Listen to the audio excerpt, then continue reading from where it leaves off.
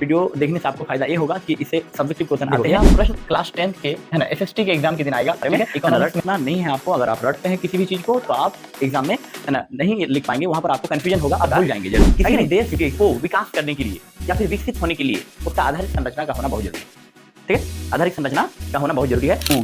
प्यारे बच्चों, जैसे क्या है, स्कूल, बिजली, संचार, परिवहन, अस्पताल। हेलो मेरे प्यारे बच्चों, पढ़ने वाला ऑनलाइन क्लासेस में आप सभी का स्वागत है। तो उम्मीद करते हैं कि आप बहुत अच्छे होंगे, आपका पढ़ाई बहुत अच्छा चल रहा होगा। तो आज की इस वीडियो में आज मैं आपको एसएसटी का एक ऐसा इम्पोर्टेंट टॉपिक के बारे में मैं आपको समझाने वाला हूं जो परीक्षा में बार बार पूछा जाता है। तो चलिए वो मैं बताने वाला हूं कि उस टॉपिक आखिर है क्या। तो वीडियो को अंत तक जरूर देखिएगा, क्योंकि ये वीडियो आपके लिए है, ये वीडियो आपको देखना चाहिए, है ना। क्योंकि ये वीडियो देखने से आपको फायदा ये होगा कि इससे सब्जेक्टिव क्वेश्चन आते हैं। ठीक है, कोई दिक्कत? तो चलते हैं, हम लोग वीडियो को शुरू करते हैं। आज हम लोग समझने वाले हैं कि आधारिक संरचना किसे कहते हैं। क्या समझने वाले हैं आज हम लोग? आधारिक संरचना, ठीक ना। देखो, यह प्रश्न क्लास 10th के है ना, एसएसटी के एग्जाम के दिन आएगा। ठीक है, इकोनॉमिक्स में हम लोग पढ़ते हैं। किस में पढ़ते हैं? इकोनॉमिक्स में। समझ गए? इकोनॉमिक्स मतलब अर्थशास्त्र, है ना। अर्थशास्त्र में हम लोग ये टॉपिक को हम लोग को पढ़ना पड़ता है बच्चों, इसलिए बहुत इंपॉर्टेंट है। तो चलिए हम लोग अभी समझने वाले हैं कि इकोनॉमिक्स का यह जो आधारिक संरचना है ये क्या है, आधारिक संरचना किसे कहते हैं। ठीक है, क्योंकि आधारिक संरचना को समझना बहुत जरूरी है। अगर आप ये नहीं समझते हैं तो परीक्षा में आप नहीं लिख पाएंगे इसके बारे में, है ना। रटना नहीं है आपको। अगर आप रटते हैं किसी भी चीज को तो आप एग्जाम में है ना नहीं लिख पाएंगे, वहां पर आपको कंफ्यूजन होगा, आप भूल जाएंगे जरूर, है कि नहीं। क्योंकि एग्जाम में क्या होता है, प्रेशर होता है, और कोई भी चीज अगर आप रटोगे या फिर उसको है ना पढ़ोगे तो जरूर उसको भूलोगे, है ना। अगर आप किसी भी चीज को अगर आप समझ लेते हैं, समझने का प्रयास करते हैं, तो लंबे समय तक नहीं भूलते हैं। ठीक है, लगभग नहीं भूलते हैं। तो चलिए हम लोग समझते हैं बच्चों। आज हम लोग देखने वाले हैं आधारिक संरचना। क्या देखने वाले हैं जी? आधारिक संरचना। तो क्वेश्चन है कि आधारिक संरचना किसे कहते हैं। तो उत्तर क्या होगा इसका, देखो, है ना। पहले मैं आपको समझा देता हूं, उसके बाद आप यहाँ बोर्ड से उतारना। देखो, आधारिक संरचना क्या है, इसको अगर आप समझ जाते हैं तो एग्जाम में आप बिना देख के भी लिख सकते हैं, कोई दिक्कत नहीं होगा, आपको कॉपी पलटाने की भी जरूरत नहीं पड़ेगा। ठीक है, एक बार बस समझ जाओ खाली। देखो, आधारिक संरचना क्या है बच्चों, है ना। आधारिक संरचना क्या है कि जैसे किसी भी घर में, है ना, कोई भी घर को मैं जब बनाता हूं बच्चों, है ना, तो घर बनाते हैं तो सबसे पहले आधार, जिसको बेस कहते हैं, बेस, है ना। अगर घर का आधार अच्छा रहेगा बच्चों, बेस अच्छा रहेगा, जिसको नींव कहते हैं। जैसे पिलर उलर डालते हैं ना, बीम, घर बनाने के टाइम में बीम डालना पड़ता है। पिलर अच्छा मजबूत पिलर देंगे, बनाएंगे, बीम सब डालेंगे, तब ना आधार अच्छा रहेगा।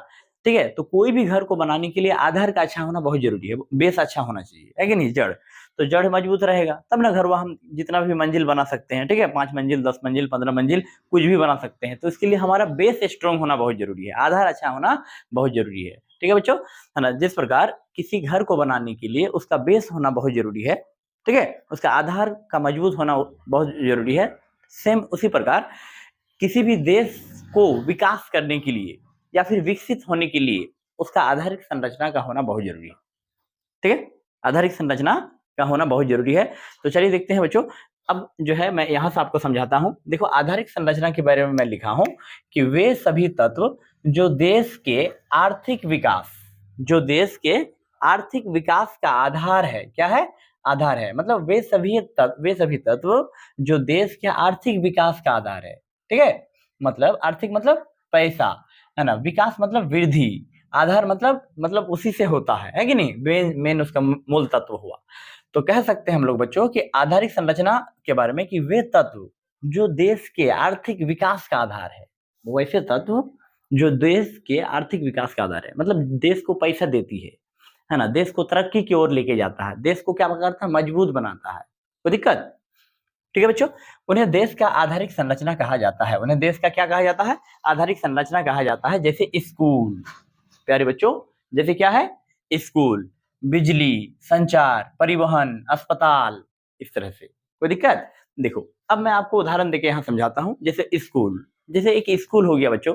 अगर किसी भी, जैसे हमारा भारत देश है, मैं अपना भारत देश का बात कर रहा हूँ कि जैसे भारत है, भारत देश में, तो यहाँ पर अगर स्कूल नहीं रहेंगे बच्चों, अगर अच्छा स्कूल नहीं रहेंगे, अच्छा हॉस्पिटल नहीं रहेंगे, या फिर बिजली का सुविधा अगर नहीं रहेगा, तो देश कैसे विकास करेगा, कैसे विकसित होगा, देश आगे नहीं बढ़ सकता है। ठीक है, अगर स्कूल अच्छा नहीं रहेगा तो फिर बच्चा पढ़ेगा कहाँ से, है कि नहीं? कोई दिक्कत? अच्छा हॉस्पिटल नहीं रहेगा तो फिर इलाज कहाँ से कैसे होगा, है ना? अच्छा सड़क नहीं रहेगा तो फिर आने जाने में दिक्कत होगा, ठीक है?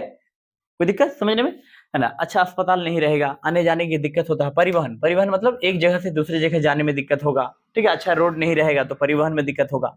संचार, है ना? संचार, संचार का होना बहुत जरूरी है, संचार का होना बहुत जरूरी है, ठीक है? अगर जिस देश में संचार ही नहीं रहेगा, समझ गए? संचार मतलब कम्युनिकेशन, जैसे मोबाइल से आजकल बात करते हैं, ठीक है? टीवी, जैसे मैच कहीं दूसरे जगह होता है, कोई दूसरे देश में होता है, यहाँ पर लाइव देखते हैं, तो ये क्या है? संचार है, ठीक है?